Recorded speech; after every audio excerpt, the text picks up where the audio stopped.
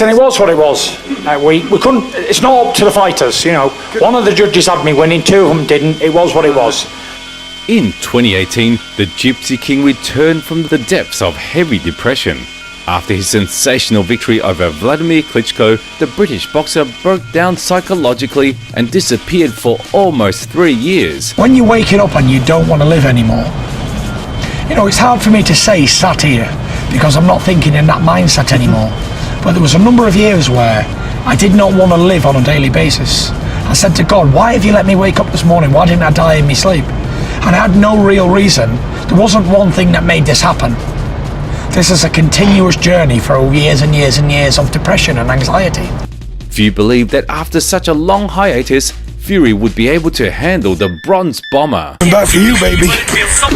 The American was undefeated at 40-0, knocking out everyone except for the one fight that went the distance. But that evening, the spectators were shocked twice. First by the greatest knockdown in Fury's career delivered by Wilder, and then by the draw. The rematch did not take long. The drawing board. I'll meet you, Deontay, in the middle of the ring.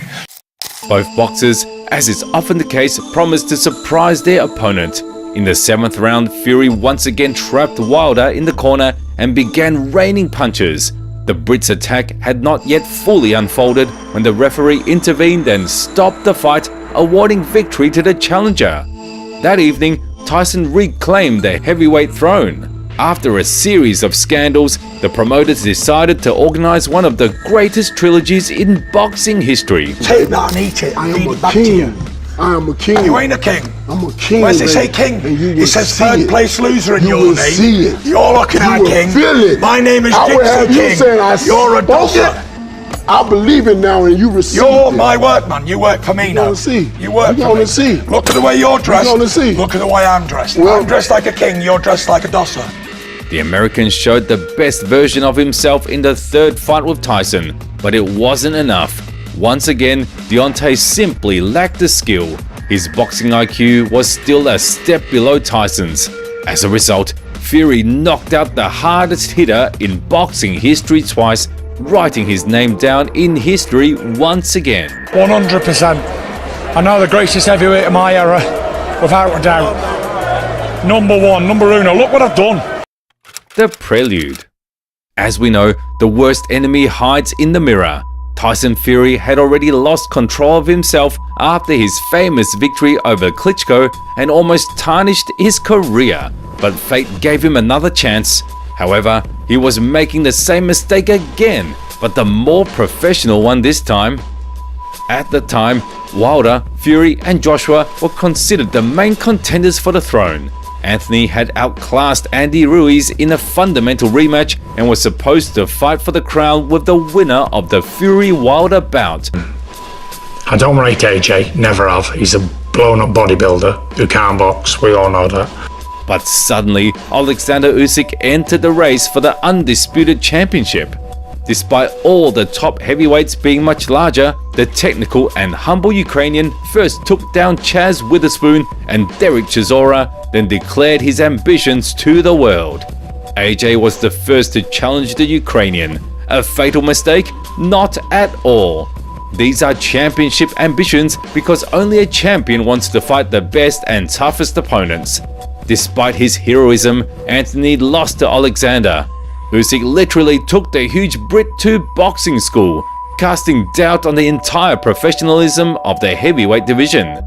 Experts and fans increasingly questioned the technique and integrity of the heavyweight class, as the former cruiserweight had now outclassed the top boxers of the Royal Division. It seemed that the heavyweight division had only one hope. If Tyson beat Usyk, he could rightfully be considered one of the greatest heavyweights of all time. Rate him. Pound for pound, all the doesn't exist. I'll rate the guy. I'll put that fist right through him when I fight him. And that's the God's honest truth. If I don't take him out inside 6 rounds, I'll be disappointed. I'll class it like a loss. That's what I'll do to Usyk. But what did Fury choose? Despite the rematch clause in the Usyk-Joshua contract that did not go into effect yet, Tyson did not even think about facing the star Ukrainian. Fury chose the easiest option among all possible opponents, Derek Chisora. Reason it's be our third fight. This man gave me my first opportunity on a British title, and then he gave me my second opportunity on the British and European title on the final eliminator for the world title. And now here's me repaying Derek by giving him a shot at the world title. Derek was in the top 10, but in the context of this fight, he was a plus 1800 underdog. While Tyson was filling his pockets with money and increasing his social media following, Usyk defeated the best version of Anthony Joshua in a rematch and unofficially became the best in his new weight class. Fury won against Chisora as expected, but no expert dared to call him the best. It seemed that such a situation was not to Tyson's liking. After all, he had always chased legacy, sought out the best opponents, and went through the toughest battles. But what has happened to the Gypsy King now? Even Derek Chisora advised Tyson right in the ring to fight Usyk, after which Usyk himself stepped into the ring. Usyk! You're next, little bitch! You're next! Me and you! You're getting it, little sucker! Rabbit! But Tyson Fury's loud words were in no hurry to turn into action. Tyson suddenly went on a long-term break. He spent time with his family, relaxed, and didn't even think about a potential fight. Despite all the experts claiming that Usyk would be the most dangerous opponent in Tyson's career, he was in no hurry to prepare for this confrontation. But when Usyk's team tried to contact him to finalize the contract, Fury did not respond. He was accused of dodging the fight and being afraid of Usyk, to which Tyson reacted rather sharply. You little 14-stone coward. You little shitbag, you rat little bastard. And your full team know it as well. And all the lawyers have got the full information. You little ugly bastard. Keep running. Fight your way out of the copper box now, shitbag. And always know that you or anybody else like you could never tangle with the Gypsy King, you shithouse little coward. As it turned out later, Fury was dissatisfied with the money and absolutely disagreed with the terms. For example, he didn't like the 65% fee, he wanted more. But Usyk was not that hyped up yet to set conditions, so he agreed to draw up the contract on the Brits' terms. However, the fight was not destined to take place. There was a contender for the IBF title in the face of Daniel Dubois, and Tyson Fury suddenly announced that he had already found himself an opponent. The heat was added by the fact that the parties could not agree on the venue and final fees. According to rumors, Tyson demanded an outstanding 90% fee, which the Ukrainian side did not approve. So Usyk's team decided to defend the title first and then proceed with the Fury bout. But the world was stuck with truly shocking news. Tyson Fury's next opponent would be MMA champion Francis Ngannou. British fans remember when Fury called out Ngannou after the fight with White. It was fantastic, but before we go, I want to bring in Francis Ngannou. Francis, come here, ESPN. Obviously, Tyson is looking for ways to make money. Right now, he doesn't care about legacy since he is taking an easy fight for himself with someone who has never fought in boxing gloves. It's absurd that a boxing champion of the world calls out an MMA fighter for a boxing match. This fight carried no intrigue because a boxer of Tyson Fury's level was supposed to destroy even a very strong debutant. Don't worry about it. We have a hit on that. Tyson came into the fight in a terrible shape. Even the fact that Francis was coached for the fight by the legendary Mike Tyson did not affect the Brits' confidence. Quite the opposite. Fury threatened to knock out the Cameroonian. You spark out on Saturday night. Game over. Out cold. I reverse No the table problem. to you. Out cold. I think you said Out cold. stand up for Out cold. You get knocked spark out. Without a doubt, that right hand is going to detonate. Reality is full of disappointments. One of the best heavyweights of his era was on the brink of defeat against an MMA fighter.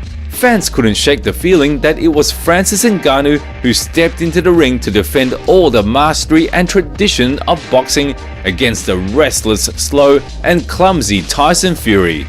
The rather controversial victory over the former UFC champion opened the eyes not only to the world but also of Tyson Fury himself. Just a flash knockdown behind the head. I think it was like a glancing blow at the back of the head, and it was what it was, so it was alright. Usyk's reaction did not take too long. World champion MMA. Yeah, hard punch. But element surprise. Maybe Tyson Fury not serious. Oh, it's MMA fighter. Blah blah blah blah blah blah. After such a performance, many no longer saw that spark Tyson once had. Experts predicted the end of Fury's career, the end of his era, and recommended he retire from boxing. To succeed in such a sport, you need to give it your all. The conclusion is clear: Fury's best years are behind him. And it's not that he's old or anything like that. For a heavyweight, he is actually in his prime, but after victories over Klitschko and Wilder, Tyson was struck by a very terrible disease: arrogance. And not just a disease, but a bouquet of diseases. His arrogance, audacity, and star fever simply went to the gypsy's head. And because of this, even against an MMA fighter, he showed such a disgusting fight. But Tyson didn't even think about the fight with Ngannou. Assessing his deplorable state, the Brit began calling out Usyk. At one point, Fury accidentally met Usyk at a boxing event where the boxers very amicably hugged and exchanged words. Give me a hug, brother. Come on, hug me, hug me. It became obvious that the Usyk-Fury fight was definitely going to happen. The fight was scheduled in the Arab Emirates for mid-February. The wealthy Saudis managed to meet all of Tyson Fury's financial demands, and the boxers began preparing. Tyson did not intend to stay on the sidelines and almost immediately began promoting the fight in his typical manner. Impossible. The Lord would never deliver me to you, son. Ever. У Господа The Lord нічого would never немає deliver me to неможливого. you. Ever. Never. The Lord has nothing impossible. Nothing's impossible, but he'd never deliver me to you. Especially a man wearing earrings. Ever. Believe that. When you sleep at night, ugly man, you gotta think of me for the next 8 weeks. Think of me, because I'm gonna punch your face in. But this attempt was also in vain. A few weeks before the fight, Fury suffered a severe cut, so the fight had to be postponed to May. After this, the Saudis even set a condition that in case of cancellation of the fight due to one of the parties, they would be forced to pay a huge fine of $10 million. But then another shocking event occurred, burying Fury deeper into the sand of his own failure. Anthony Joshua knocked out Francis Ngannou cold in the second round. Yeah, listen, I got the Undisputed Championship ready coming May the 18th, and that's what matters, you know. So this was a show fight for Saudi Arabia and for Joshua's bank account and Ngannou's bank account, so credit to the both of them, but I've got a real fight coming on May the 18th. The fight was getting closer and the boxers were getting in their peak shape. Tyson Fury lost a lot of weight, but he was no longer the Gypsy King who destroyed his opponents in the ring. Fury was broken mentally and physically. Despite all the circumstances, he tried to resurrect his former self. At the final press conference, Tyson was not like his former self at all. He did not throw out loud words, did not challenge, and did not try to trash talk Usyk. Quite the opposite. He was reserved, quiet, and calm. And at the final stare down, Tyson no longer tried to intimidate Usyk. He even refused to look at him. It is obvious that we will never see the old Tyson Fury with his charisma, elusiveness, talent, and agility again. I'm going to make this short and simple. I want to thank God for the victory that I've received already, and I want to thank everybody involved in putting this massive event on. I want to thank Usyk for turning up and challenging me, and that's about it. Thank you to all the fans who travelled over to support me, because I know it's tough times at the moment and money's hard, so I aim to put on a show. Thank you very much. God bless. The fight took place and Alexander Usyk almost knocked out Fury in the 9th round. The world saw a new undisputed champion.